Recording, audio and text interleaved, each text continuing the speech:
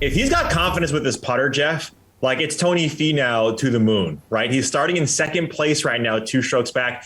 And if you're trying to find someone that can rack up the birdies to go along with the placement points that these guys don't get coming into the tournament, or they do get, but they don't get the birdies or better that they would have gotten if they, obviously got second place towards the end of the tournament or for the end of the tournament, Tony Finau is your guy. There's a lot of guys to go in this range, and I'm sure I know who Geoff's going to talk about, but give me Tony Finau.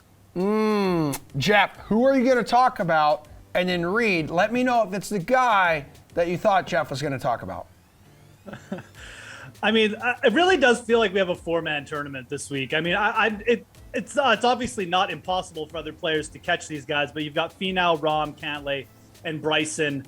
They're playing so good, and they've got leads, and it just feels like almost an impossible task.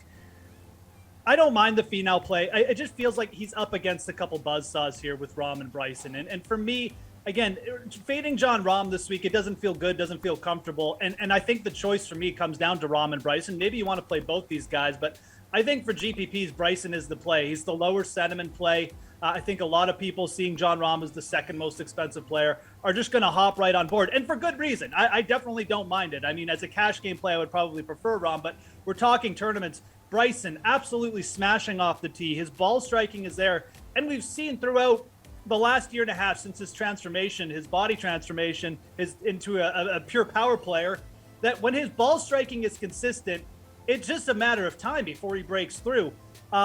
He looked great by all means last week. He's made 76 birdies over the last 3 weeks. I think there's a chance he could just come in and take out his frustrations on East Lake. So for tournaments, I do like Bryson, but Rahm, obviously the best player in the world. Those are my 2 picks right there. And like I said, GPPs, I'll lean Bryson for the ownership leverage that you're getting.